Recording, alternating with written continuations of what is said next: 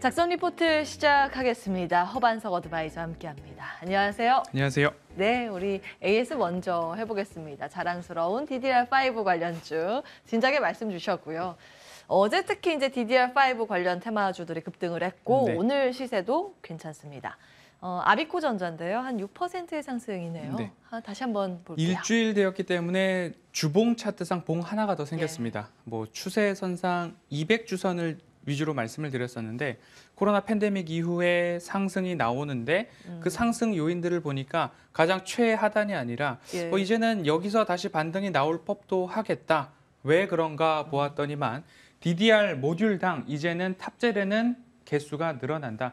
이 DDR5 네, 4에서는 모듈당 1.2개, 3개 정도 들어갔는데 DDR5로 올라가면 모듈당 4개까지 탑재가 되는 메탈 파워 인덕터 말씀을 좀 드렸습니다.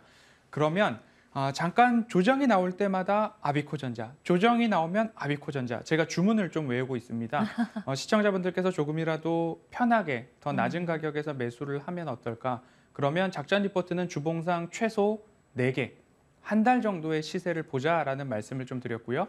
그 이후에도 추세와 수급이 살아난다면 LS와 같은 추세, 그리고 LS 일렉트릭과 같은 추세, 그리고 삼양식품과 같은 추세들이 나올 수 있다. 그중에 이제 선정한 종목이 DDR5 출시가 지연되고 있어서 조금 갸우뚱하고 있지만 이럴 때 한번 매수를 도전해 보시는 게 어떨까라는 말씀을 드리고 싶고요. 출시가 지연되지만 수혜 강도는 유지될 것이다. 그러면 앞으로 3에서 5년에 걸친 매출 확대 포인트가 나올 수 있는 만큼 증설에 대한 이야기 아비코전자와 함께 드렸으니까요. 목표가까지 조금 더 홀딩해 나가시는 전략 말씀드리도록 하겠습니다. 네, 어제 급등하고 오늘은 쉬어가지만 여전히 끌고 가자. 조정이 괜찮다. 나오면 아비코전자. 조정 떨어지면 사는 아비코. 네. 이렇게 정리하겠습니다. 긍정평가 확인을 해봤고요. 작전 리포트 본론으로 들어가겠습니다. 오늘의 리포트.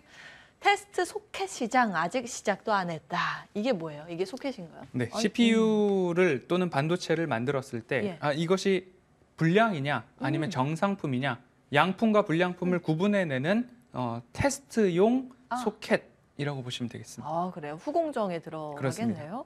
고부가 비메모리 비중 증가. 올해 영업이익률이 38% 늘어날 거라고요? 영업이익률이 38% 찍을 것이다. 이익률이? 그렇습니다. 그러면 100원 팔아서 38원 남는 그렇습니다. 건데? 엄청난 기업입니다. 예, 보통은 한 10% 남겨도 제조업은 그쵸. 굉장히 잘한다 그렇습니다. 하는데 대단하네요. 서버양 매출 증가, DDR5 출시 기대, 아직 이익 전망 맑다. 뭐죠? 동일하게 뭘까요? DDR5 이야기가 나오고 있고 테스트 소켓 하면 두 기업이 있습니다. 어떤 거요? 리노공업 그리고 이 기업 모르겠어요. ISC입니다. ISC 보겠습니다.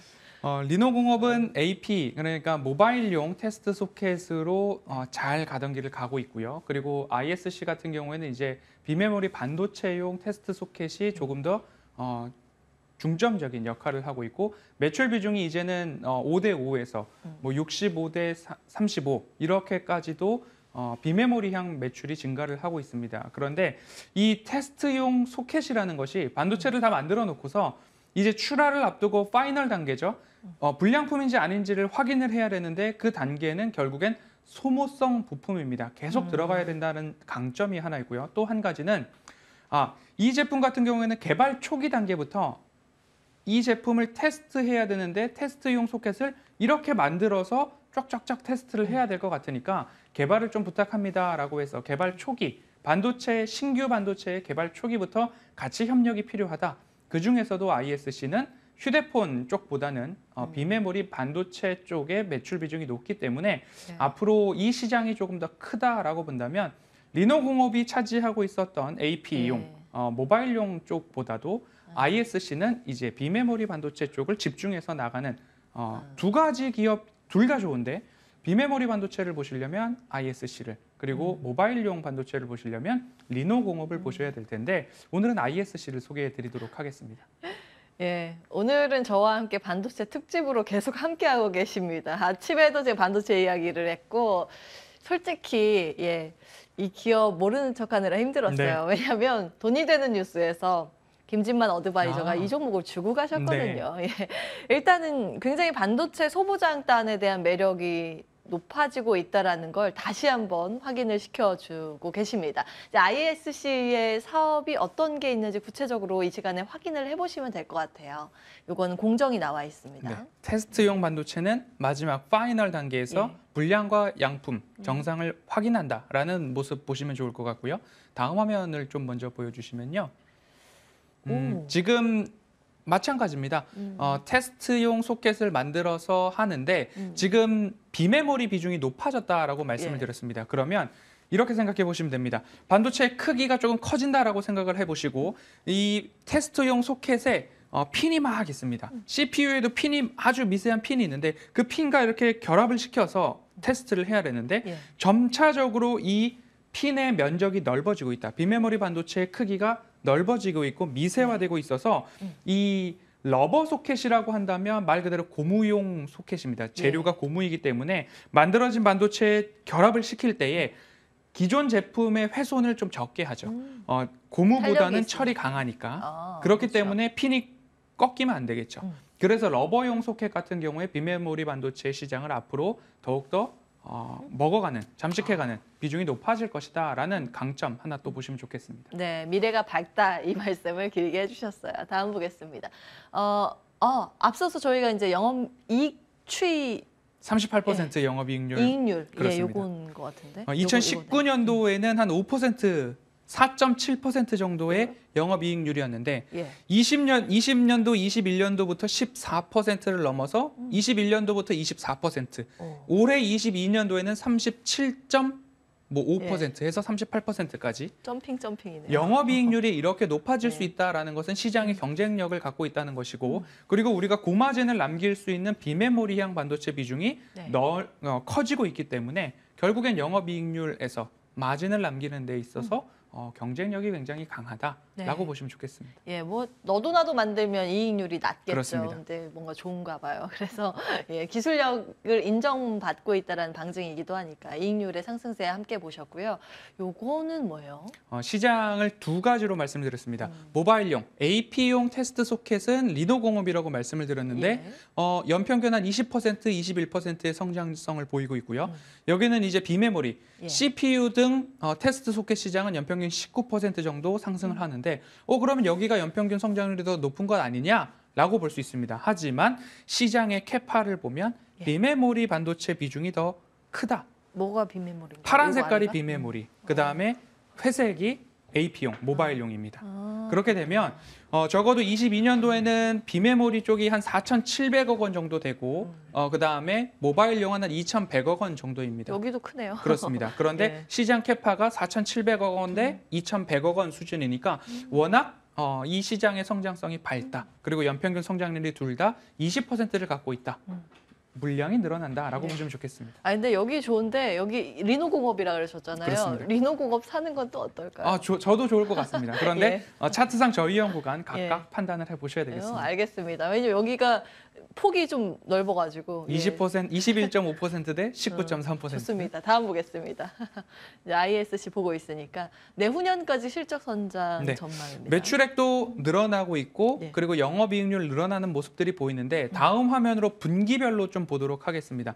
분기별로 본다면 전통적으로 4분기가 비수기로 좀 접어듭니다. 그렇기 때문에 지금 굉장히 22년도 좋았습니다. 좋았는데 분기별로 살짝 내려오다가 23년도 1분기부터 다시 좋아지는데 좋아지는 폭이 늘어난다라고 보시면 올해 QOQ 직전 분기 대비 조금 감소하는 모습이 보일지라도 예. DDR5로 전환하는 시점에 있어서의 수혜 강도는 줄어들지 않는다. 그리고 그 수혜 강도가 올해로 끝나는 것이 아니라 올해, 내년, 후년도까지 두 자릿수의 매출액 증가, 두 자릿수의 영업이익 증가로 이어진다.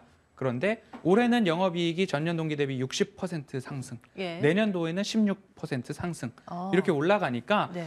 실적의 피크아웃 우려보다는 실적이 어디까지 올라가는가 30% 후반대의 영업이익률을 가지고서 예. 매출액과 영업이익이 증가하고 있는 기업이라면 그래서 이러한 추세가 또 나오는 것 같습니다. 다음 보겠습니다. 자, 다음 볼게요. 실적 저희가 이제 다 봤고요. 차트상 지금 여기 올라와 있는데. 그렇습니다. 주봉에서 이제 첫 번째 반등이 나왔고 오늘처럼 소폭 조정이 나올 때 아비코전자와 마찬가지로 네. 매수를 해보시면 좋은데 어. 제가 이 종목을 트레이딩을 한 지 적어도 2년째 돼가는 것 같습니다. 이 추세 하단에서만큼은 와. 배신을 하지 않았던 종목이기 때문에 지난 예. 7월 달에도 한번 작전 리포트에서 소개를 드렸었고 오늘도 네. 추세 하단이 들어왔기 때문에 이 구간에서 한번 관심을 가져보는 전략 또 말씀을 좀 드리고 싶습니다. 예, 이게 전문 용어로 사골매매라고 하는데 2년 동안 잘 우려서 그렇습니다. 예, 수익을 내셨군요. 가격 전략 구체적으로 주신다면. 현재가 부근에서도 움직임 나쁘지 않을 것 같고요. 마찬가지로 조정이 나올 때마다 좀 보시면 좋을 텐데요. 가격이 31,500원 이하에서 매수를 하시자라는 말씀 좀 드리고 싶습니다. 지금 가격도 접근 가능한 가격인데 조정이 나올 때마다 나는 31,500원 아래에서 매수를 해야지 보시면 좋을 것 같고요.